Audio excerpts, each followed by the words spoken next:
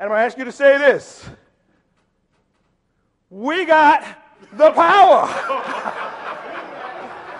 We got the power. All right, let's do it. I don't see too many hips. We got the power. Very good, very good. Please sit down. All right, but everybody know who the first pick was, right? Okay, now, before you came here today,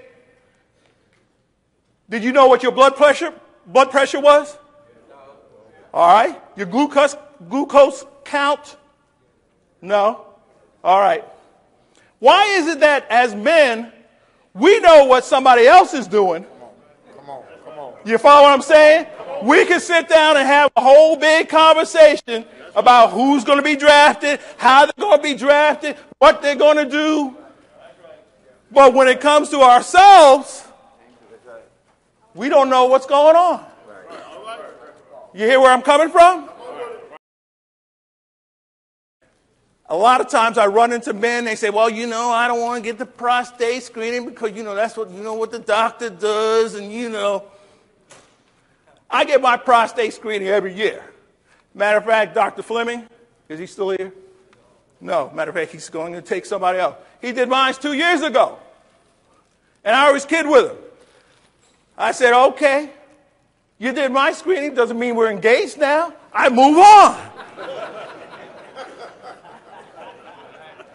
Same thing for you. Just because you go to your doctor doesn't mean it's a relationship. Go get your screenings. It doesn't make any sense. My saying is that real men take the finger. And real men will take the finger for their family and their community. So take that finger.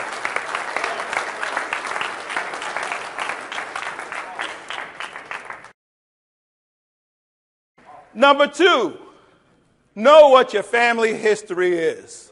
I can't tell you how many men I run into or family members, and they say, oh, boy, my husband just got prostate cancer or diabetes or high blood pressure, and we've got to put him on meds or surgery or whatever. And the first thing I ask, did he know his family history?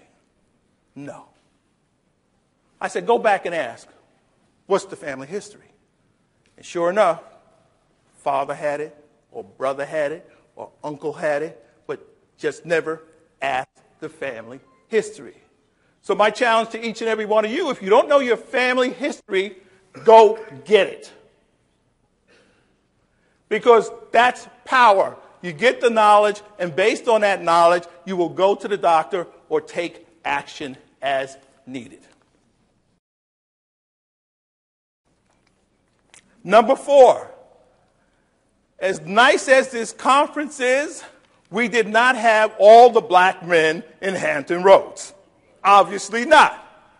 So what I'm going to challenge each and every one of you to do is reach out to at least 5 men in your community, in your family, to make a difference.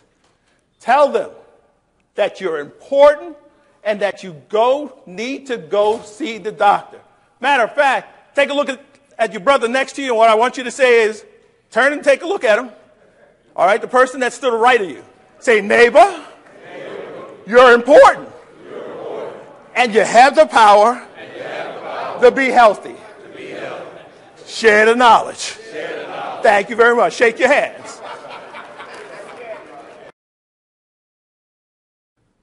So what can we do to help black men live longer and have more birthdays? And let me just say, along with more birthdays, there's more stories to be shared in our community.